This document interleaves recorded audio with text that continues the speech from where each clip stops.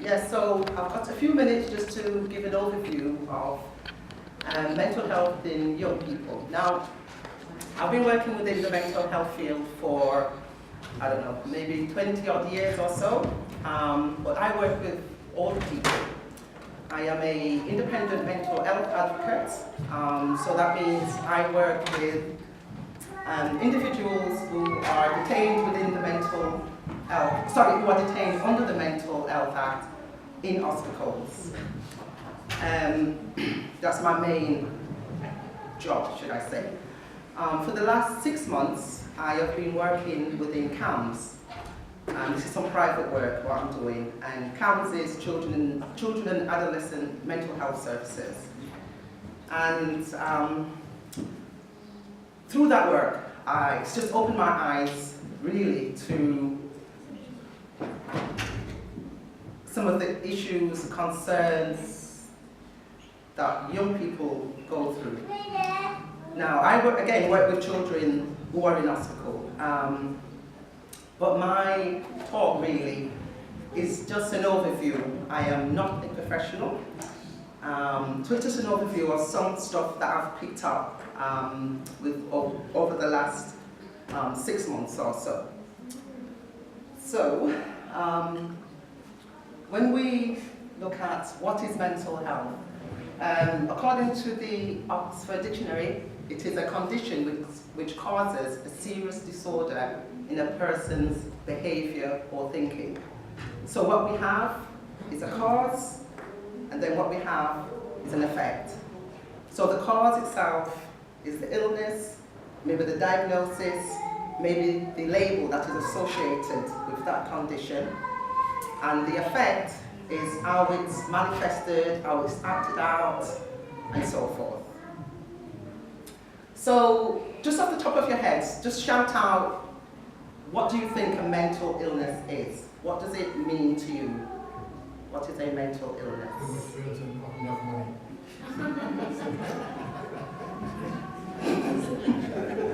What did it say? Something about something money.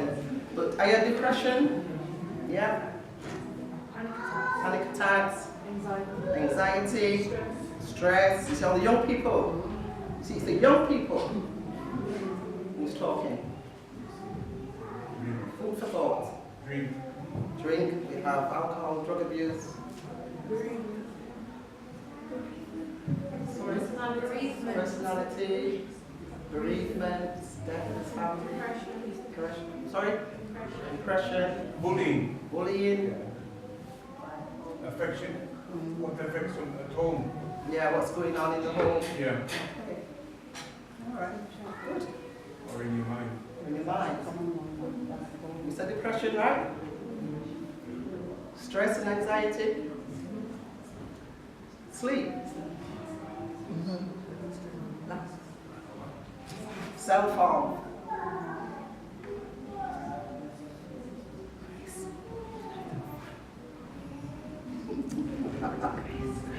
Self-harm. Thank you. We've got eating and body image. So this is where. So we've got eating and body image. So this is where anorexia might come into play. Mania, bipolar, and hearing voices, and paranoia.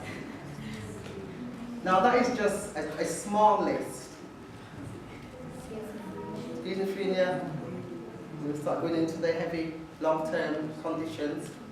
So because I'm talking about young people, I'm just trying to limit some of the information just to kind of, because it is only basic awareness that we're looking at today, without going really into any clinical issue. We'll leave that to Clive.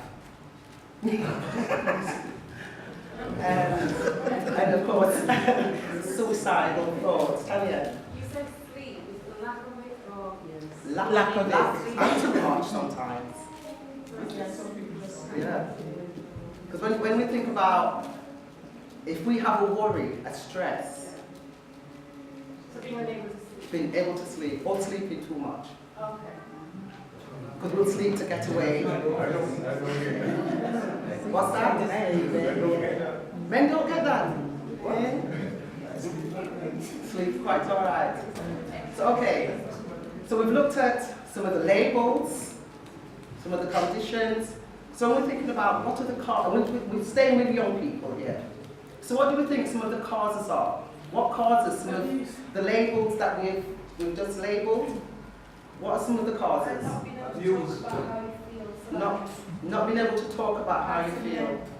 Black men, And I'm sure Pastor Art is going to pick that up. Wonderful. Did everybody hear that? Don't you say it again? I said, not being able to say how you feel like men. It's the biggest, suicide is the biggest kill for men. Good. Thank you. Anything else? What's that? Sorry, Lisa? The young people, social media, the pressure from social media online pressure, fitting as well, Yeah. which affects their body image. Absolutely. Because what the statistics are saying now is that the number of individuals who are suffering from a mental illness has increased over the last 30 years. So when we look at social media and what children have got access to, then they can be some of the factors that contribute. Okay, any other causes? Bullying. I was just saying earlier. Sorry, Winston. I heard something down here. Bullying. That's right, Claudette. Winston. I was just saying earlier on to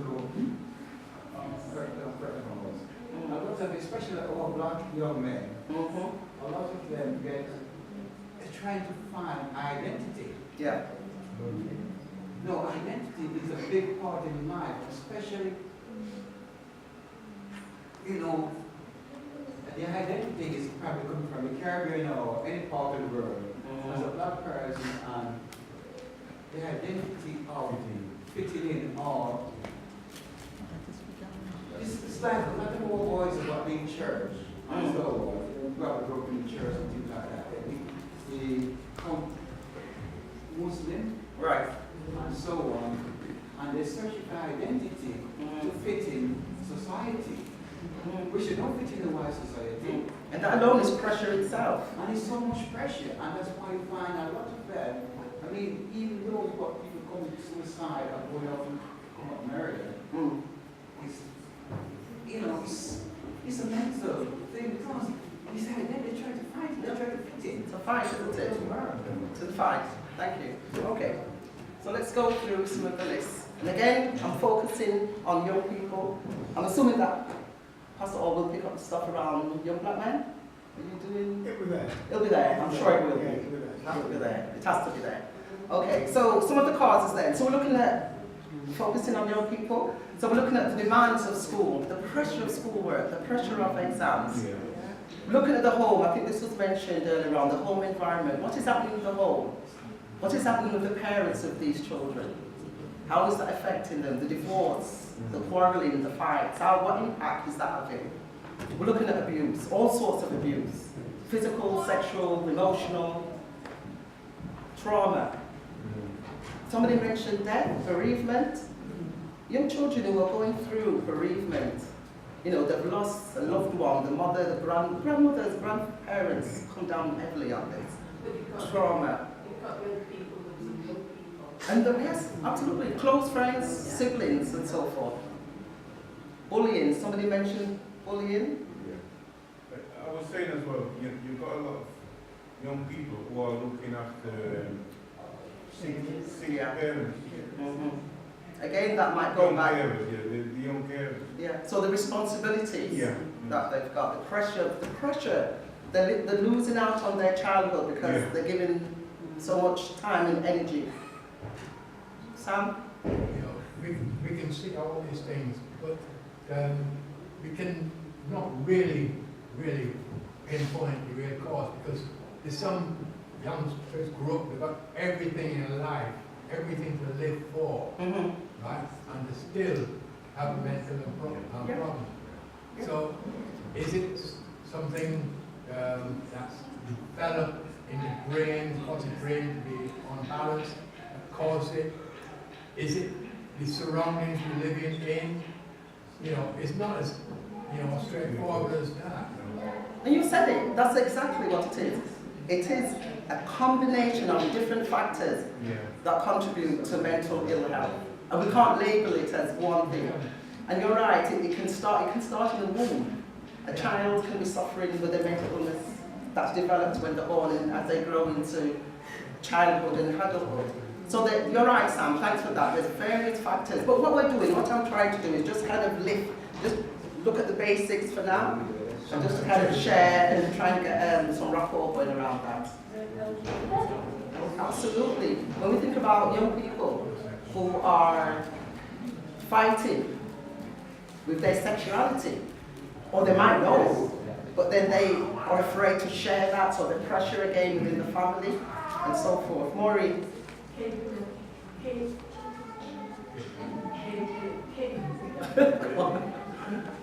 Mechanism. Coping mechanisms. Absolutely. Coping mechanism. You've got no mechanism to cope with the pressure. Absolutely. That's right. I suppose that's why it starts from being able to cope with things and the growth in coping. Absolutely. Things that You're right, because through life we have to face certain challenges. And if we haven't got that ammunition to deal with that, then again it's going to cause problems. One last one, I would Patrick. say, that just try to make oneself being understood. And sometimes that can start from a young child. I'm going to come to that. Okay. I'm going to come to that. So let me go through the list. So high expectations on them, as well as them putting it on themselves. Negative thoughts and self-doubt. So when we look about self-fulfilling prophecy, if we've been told over and over again that you're this or you're that, we're going to internalize. And you think about the young child, they've been told that this, they're no good, they can't do. That is building up with it. Yes, and again, the last one there, I think somebody, did we say peer pressure? I think somebody, that speaks for itself. Okay, so some of the signs. So when we look at the illness, how do they manifest? How do they show? What evidence does it show? Sorry? It doesn't sometimes. Some people can act like some people can find more happy just to make you let them know. Yeah. And that is I think that is one of the, you need a microphone. This is one of the greatest concerns, because when we think about, we'll hear about people doing stuff or things happening, and we'll say, gosh, how did it happen? He was such a happy-go-lucky, jolly guy. Because that's what people do. They put on a front. And that is a barrier that stops people from coming too close. But that is a biggie. Even in church, we'll come, we look nice, presentable, happy, smiling. Who knows? Unless we can talk, or unless our actions show, no one's going to know. And then what happens? Suffering within. Okay, so for young people then, just looking at some of the changes, this is how it can show. So these are just basically some of the signs that a child is suffering one way or another. So someone, a young person who was going to school, always had good grades, all of a sudden changes in the school performance. What's happening? What's happening at home? What is happening with that young child? Worry and anxiety. And these are young people, stressing, can't go to sleep, doesn't want to go to school. Hyperactivity, can't keep still, can't keep quiet, always on the move, can't sit down, can't focus. Persistent nightmares, persistent disobedience or aggression, and frequent temper tantrums. Now the last three, that's what we need to look at, because when we think about young children, it's normal, isn't it? Maybe for them to have the odd nightmare, but we're talking about the persistence. It's normal for them to be disobedient, and it's normal for a child to be aggressive. But if these are persistent conditions, this is what we need to be looking at. And again, the temper tantrums, normal, standard, behavior specific. But again, if it's a change, or it's frequent and it's happening more often than what it used to, again, we need to start thinking, well, what's happening with this young child?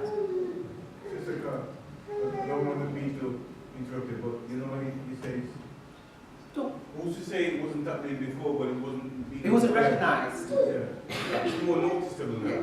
Yeah, that's true. Okay, so when we look at the older adults, sorry, the older young people. So we've got young people, what we're talking, adolescents, what age group? 2 minutes time, because Grace is going to call me off this platform if I don't get through this, sorry. What age group? 9 to 18 year olds. So when we look at this now, so we've got substance abuse. So this can be alcohol, this can be drug. Because what happens is when young people, and even older people are going through, we self-medicate. So adolescence was not being taking drugs, not being drinking, and all of a sudden it becomes a problem. Again, we need to think about what's happening behind that. Because they might be taking alcohol or drugs to cope with what they're going through. Self-medication. Inability to cope with problems in daily activities. I mean, I think it speaks for itself. Again, sleeping patterns, complaints of physical ailments. Sometimes when we can't find the words to express how we're feeling, it becomes a body part, doesn't it? Oh, I've got headache, I've got stomach ache, and so forth. Grace is giving me the signs. Okay. So again, just a few more signs: not being able to concentrate, make decisions. Lack of self-care and risky behaviour. Again, when you see individuals that they're not looking after themselves, they're not washing, they're not eating, they're taking part in activities that they don't usually take part in. Again, it's a sign. Let's think about what is happening, what is making them act out this way. And again, just some guidelines on self-care. If we come into touch with somebody, what advice can we give them? Simple. Tell them to talk to a friend. They need to talk to each other. Talk to someone they can trust. Letting people know how they feel. Again, not keeping that within and storing it up and making it worse than what it is. Encourage them to do things that they've always done or things that they've enjoyed. Exercise, and very important as well, giving them advice on where they can go for help and advice. Again, if someone talks to us, if somebody comes to us and say, I've got a problem, this is happening to me, again, just a few words of encouragement. We can encourage them to talk about how they feel. We need to listen to them and not be judgmental, because sometimes we have our own perception on what the problem is or what a mental illness is. It's important that we keep whatever we believe to ourselves. Let that person talk and express themselves.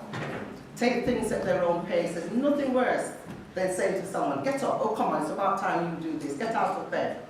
We need gentle words of encouragement.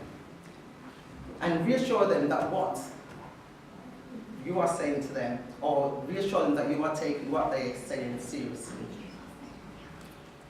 Okay, so just to finish off, so we've looked a little bit we've looked at the causes, some of the symptoms, how they show themselves. So again, just looking at some signposting, where can we direct individuals? Again, the family.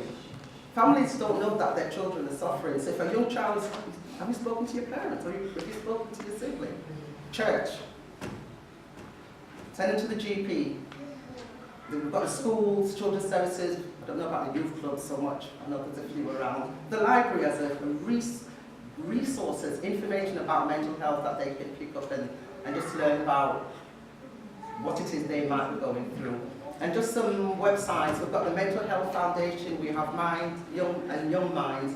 Again, just to, again, raise your awareness if you're wanting more information about young people and mental health. And just to finish off, I'll read it. It says, on the 9th of October 2018, the Prime Minister announced new mental health initiatives.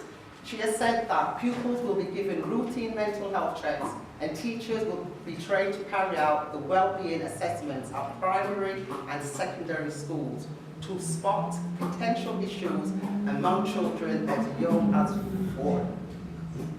As young as 4, we've got problems. Let's not wait until our children are going to schools and the issues are picked up. Let's deal with our children in our churches, in our families, in our communities. Let's raise the awareness, let's raise the profile and let us support. Thank you.